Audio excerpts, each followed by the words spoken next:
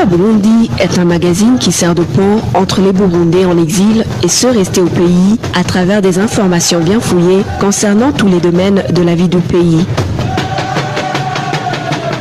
Le magazine Humura Burundi est diffusé sur le web via le site de la RPA www.rpa.bi. Humura Burundi.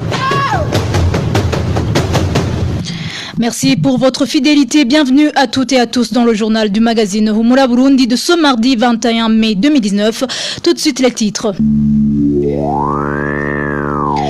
Plus de 30 cas de victimes d'attaques perpétrées par des hommes armés de machettes ont été enregistrés dans la zone Kanyosha. Ces attaques à la machette s'intensifient dans le pays, surtout en mairie de Bujumbura. La relève des militaires burundais issus des 47e et 48e bataillons AMISOM a été reportée pour une date indéterminée. Les 400 militaires qui attendaient l'avion à l'aéroport de Mogadiscio ont reçu l'ordre de regagner leur position. Et dans notre série de reportages sur les infrastructures menacées par des rivières et des ravins, aujourd'hui nous vous parlerons des bâtiments de l'école fondamentale Mutanga Sud en commune Mukaza, menacés par la rivière Nahangwa. Voilà pour le sommaire. Ce journal que vous suivez en direct sur la page Facebook de la RPA vous est présenté par Nadège Irakodze. Fabrice Ndimurukundo assure la mise en onde. Bonsoir, débutons ce journal par la page sécurité. Un homme du nom de Joseph Barakamfitiye a été tué ce mardi. Cela s'est passé sur la colline Nyagaseke, zone et commune Mabayi en province Chibitoke. La victime a été poignardée par son fils du nom de Jean Dodieu Ngabire qui s'est par après présenté au poste de police. Les conflits fonciers seraient à l'origine de ce crime. Toujours en province Chibitoke, un homme du nom de Fabien Wihehero de Buzirasadzi, une localité située sur la colline Djerama en commune Mugwi, a été blessé à la machette plutôt au niveau de la main la nuit de ce mardi. Les auteurs de ce forfait n'ont pas été identifiés. Nos sources en commune Mugwi affirment que Fabien Wihehero est en état critique et se fait soigner dans une des structures sanitaires de la mairie de Bujumbura. Des mobiles politiques seraient derrière cette attaque. La victime est un militant du parti UPRONA, elle reconnue par Gitega. Parlant sécurité, une famille burundaise réfugiée en Zambie a été la cible d'une attaque le matin de ce lundi. Le commanditaire de cette agression serait le ministre burundais de la sécurité publique qui a envoyé dans cette mission un policier qui fait partie de ces hommes de main ayant déjà essuyé une autre tentative de ce genre. Cette famille se dit aujourd'hui inquiète pour sa sécurité. Le point avec Jean-Pierre Nifachidje. J'étais dans la chambre en train de prier et les enfants étaient dehors quand quelqu'un est entré brusquement en défonçant la porte. Il a tiré une balle sur mon mari. Cette balle a troué sa veste et a pénétré dans un fauteuil. C'est Régine Ishimwe qui témoigne comment sa famille a échappé de justesse à une tentative d'assassinat. C'était l'avant-midi de ce lundi qu'un homme armé d'un pistolet a fait irruption dans le ménage de la famille Régine. La victime révèle l'identité de son bourreau. Nous avons identifié cette personne. Aussitôt qu'elle est entrée, mon époux a crié son nom. Jean Dodieu, Jean Dodieu. C'est un policier qui travaille chez Alain Guillaume Bunyoni, le ministre de la Sécurité publique. Nous le connaissons car c'est lui qui m'a déplacé pour rentrer. Cette tentative d'assassinat n'est pas la première. Depuis l'arrivée en exil en Zambie vers la fin de l'année 2018, la famille Régine Ishimwe est traquée. haraje Kazungu umupolisi azwi cyane mu by'ubwicanyi yajazanye ifoto yiwanje abereka ati ndondera. Le surnommé Kazungu, un policier très connu pour ses crimes, est venu me chercher avec ma photo.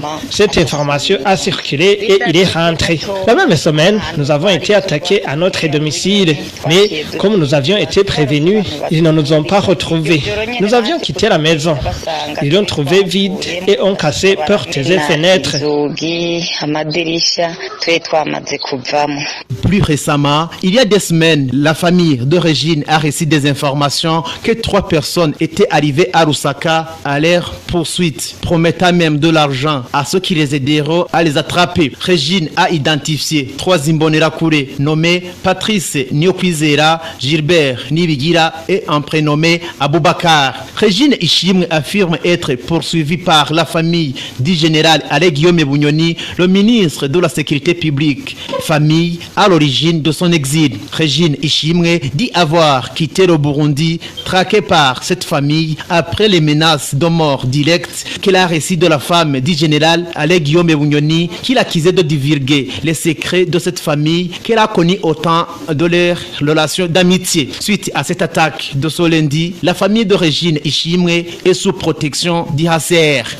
Merci Jean-Pierre. Nimfashidje, une famille entière enlevée et une personne blessée. Tel est le bilan d'une attaque menée la nuit dernière par un groupe d'Imbonerakure contre les ménages des membres des partis de l'opposition sur la colline Murungurira, en commune Nega de la province Kirundo. Selon les témoins sur place, ces jeunes du parti au pouvoir, le CNDD-FDD, étaient en possession d'armes blanches. Plus de détails avec Inosa Valentin Singirangabo.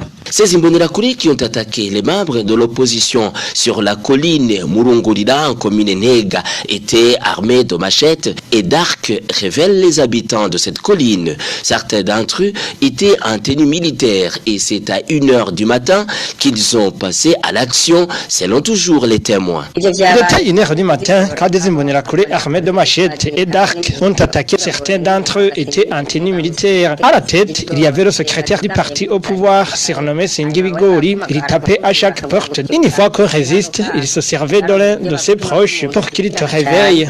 Durant l'opération, ces Imbonerakure ont tabassé et blessé une personne. Ils ont également enlevé un homme et sa femme. On a réussi à réveiller un certain Mukamarakiza et un surnommé Tama de la colline Taba. Ce dernier a été sérieusement tabassé. Pour le moment, on ne sait pas où ils ont amené Mukamarakiza et sa femme qui portait dans les bras un enfant d'1 année et demie. Sa mère est allée demander de l'aide à la police, mais il n'a pas été secouru. La population a pu reconnaître certains des responsables de ces Imbonerakure. On cite entre autres Karenzo Nestor, surnommé Biyoya, Nemeimana Sylvestre, surnommé Massamba, et Mugumyankiko Jean-Marie, dit Singibigori. Cette population déplore le fait qu'elle n'ait jamais secouru ou encore épargné des bavures commises par les Imbonerakure. Pire encore, elle ne peut se confier à aucune instance. La rédaction de la RPA a cherché de joindre l'administrateur communal de Nega, mais sans succès. Merci Nossa Valentin Singirangabo. Un mouvement de va-et-vient des personnes armées et en tenue militaire inquiète de plus en plus les habitants de la zone Chibitoke en mairie de Bujumbura. Un phénomène qui n'augure rien de bon, surtout qu'il intervient près de 2 semaines après que toutes les positions militaires de cette zone aient été supprimées. Le point avec Emmanuel Ndaishimie. Le 10 mai 2019, toutes les positions militaires qui comptaient la zone Chibitoke ont été supprimées. Depuis, ils observent un mouvement inhabituel d'hommes armés, surtout les heures de la nuit, ce qui inquiète les habitants de cette localité.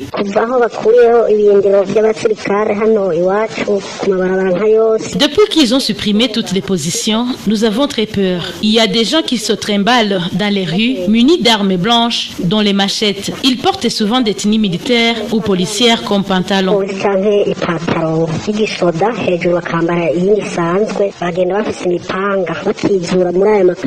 Selon notre source à Chibitoke, l'insécurité est de plus en plus grandissante, même si les administratifs font comme si de rien n'était.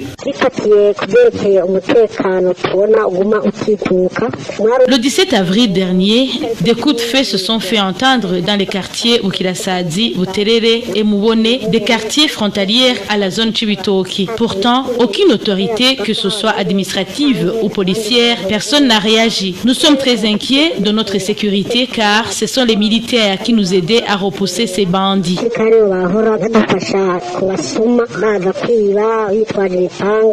Les habitants de la zone Chibitoke lancent un cri d'alarme et demandent à la communauté tant nationale qu'internationale de prendre en main cette question, surtout que ce phénomène se remarque beaucoup plus dans les quartiers dits contestataires du 3e mandat de Nkurunziza. La RPA a essayé de joindre Félix Nsabimana, chef de zone Chibitoke, mais son téléphone sonnait sans que personne ne décroche.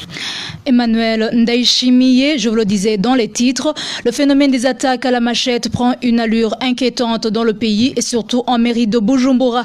La seule zone de Kanyosha enregistre une trentaine de victimes en un seul mois. Un phénomène pareil s'est manifesté en 2014 et avait été baptisé phénomène Lukoti. Josiane Mouzaneza. Le phénomène d'attaque de groupes armés de machettes a refait surface vers le début de l'année 2019. Plusieurs victimes ont été déjà enregistrées. Sans être exhaustif, on peut citer Bruno Simbavimbele, surnommé Memba, qui a succombé aux blessures après quelques jours d'hospitalisation.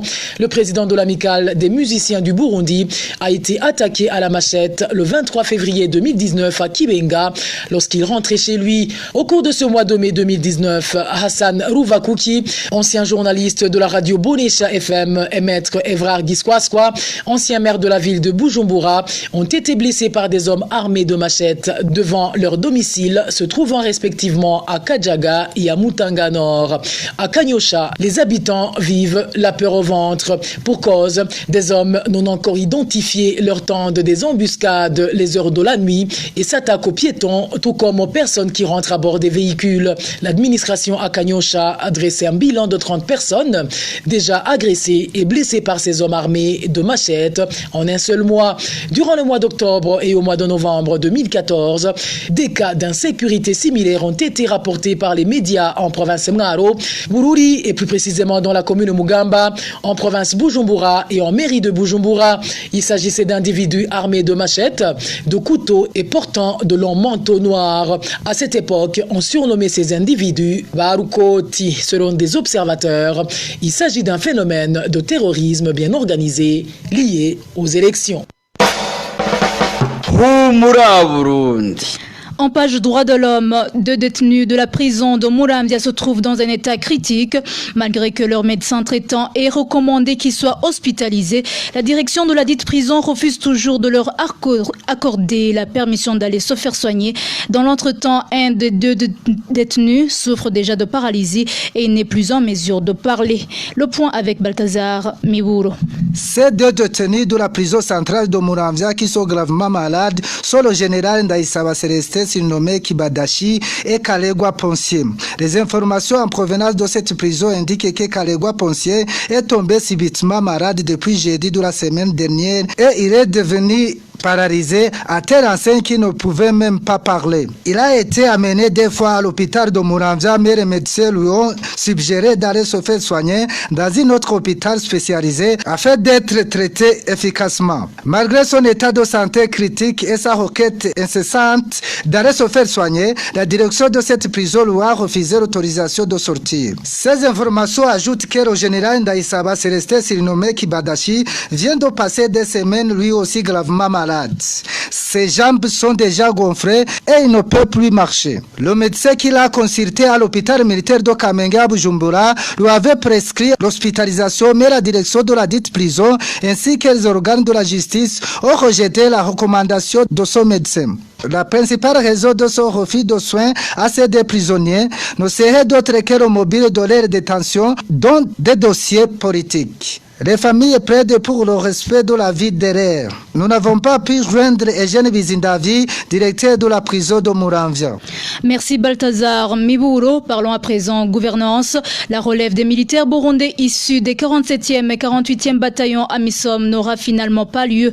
Prévu depuis le début de ce mois, ces militaires sont restés à l'aéroport de Mogadiscio jusqu'à ce mardi matin où ils ont reçu l'injonction de récupérer leurs bagages et de regagner leur position. Marie-Ange Irakodze.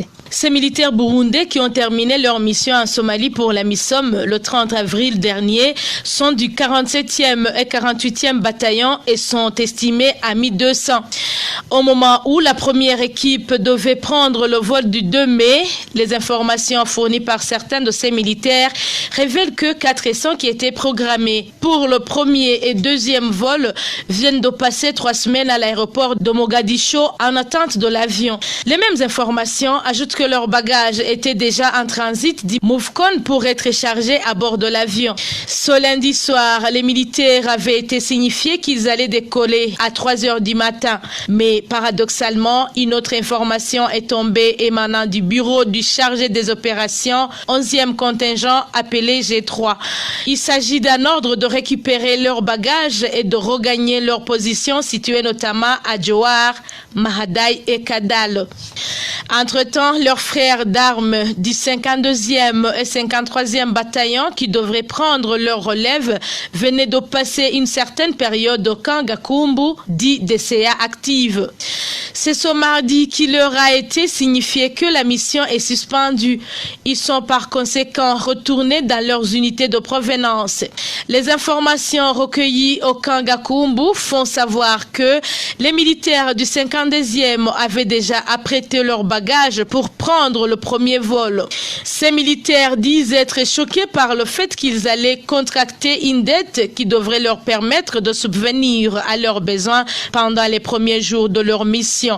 Une dette qu'ils sont contraints à rembourser malgré la suspension de la mission.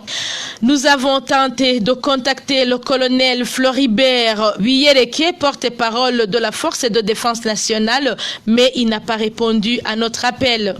Marie-Ange Irakodze, le personnel de l'hôpital Prince et Régent Charles s'indigne des retards de remboursement des crédits et de paiement des frais pour la pension complémentaire enregistrée par la dite direction de l'hôpital et des pénalités de retard de remboursement sont prélevées sur les frais de pension complémentaire du personnel alors que ce dernier est en ordre. Bonfils Nyongere nous en dit plus. Le personnel de cet établissement sanitaire a adhéré au système de pension complémentaire offert par le Fonds de promotion de l'habitat urbain. En contrepartie, le fonds facilite le personnel dans l'octroi des crédits. Une pratique que les fonctionnaires de l'hôpital Prince et Régent Charles qualifient de louable s'il était faite dans le strict respect de la loi. Les 10 fonctionnaires accusent cependant la direction de l'hôpital d'une lenteur bureaucratique exagérée. Tenez, des travailleurs de l'hôpital ont contracté un crédit collectif auprès du Fonds de promotion de l'habitat urbain. Après l'échéance de paiement convenue, ils sont informés par le fonds qu'ils n'ont pas remboursé leur crédit pendant ces derniers mois. Comme conséquence, le fonds de promotion de l'habitat urbain prélève alors le remboursement de crédit plus les pénalités de retard dans les caisses de pension complémentaire de ces fonctionnaires. Le personnel de l'hôpital Prince et Régent Charles demande à la direction de tâcher à transmettre dans les délais les frais de remboursement des crédits et c'est alloué à la pension complémentaire. Au cas contraire,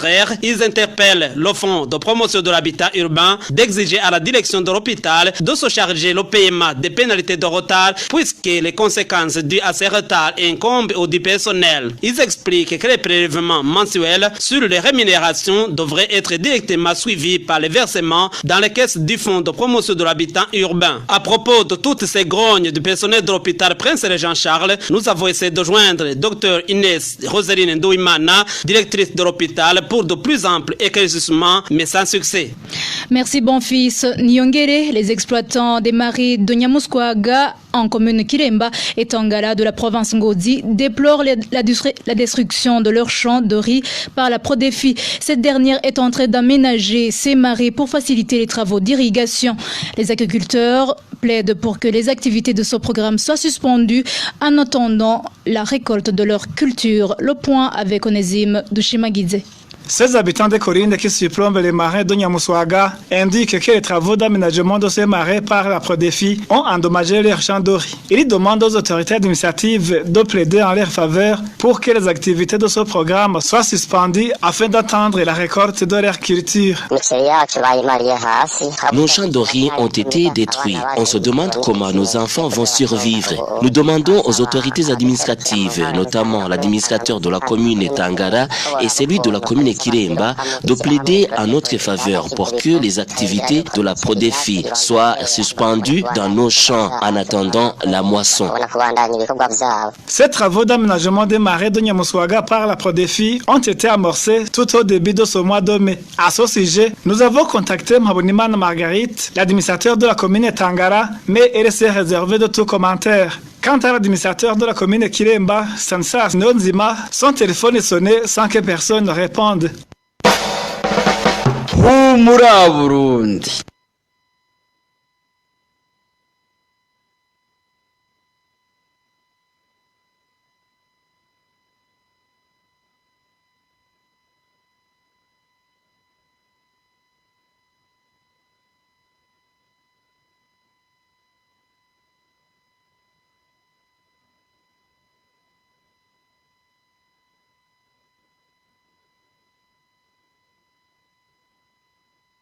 Craignent des pires accidents. Inès Gakiza nous décrit les bâtiments de cette école fondamentale du quartier Mutanga Sud. Suivez. Les activités de l'école fondamentale Mutanga Sud se déroulent dans 2 différents bâtiments. Le bâtiment fait de 6 salles de classe de la 2e maternelle à la 4e année primaire est celui qui est menacé par cette rivière qui sépare les communes Nahangwa et Mukaza. Une rivière que les habitants du quartier et les anciens de la dite école affirment qu'elle passait à au moins 100 mètres de ses infrastructures scolaires. Actuellement, la rivière a déjà emporté la clôture de cette école. Les toilettes sont sur ses bordures, des toilettes qui ne sont plus utilisées pour éviter d'éventuels accidents. La fondation de la dernière salle de classe de cette école fondamentale est déjà fissurée. Elle n'est plus qu'à moins de 3 mètres de cette rivière et risque de s'écrouler à tout moment. Malgré cette situation très inquiétante, les activités s'y effectuent comme à la normale. Les parents des enfants qui fréquentent l'école et leurs éducateurs sont très angoissés. Le temps de la récréation est devenu comme un calvaire pour les enseignants qui doivent veiller à ce que les enfants ne s'approchent pas de la rivière. Certains parents ont déjà changé l'école de leurs enfants suite à cette situation. La situation est ainsi alors que l'alerte a été lancée depuis 2011. Parents, enseignants et habitants du quartier Mutanga Sud ne cessent de demander depuis déjà 8 ans que la rivière soit canalisée et bien aménagée et que les travaux qui s'y effectuent soient faits conformément à la loi. Autre infrastructure scolaire menacée par cette rivière Nahangwa est celle de l'école primaire jardin public de la zone Nyakabiga. Les toilettes de cet établissement ont été remportées en partie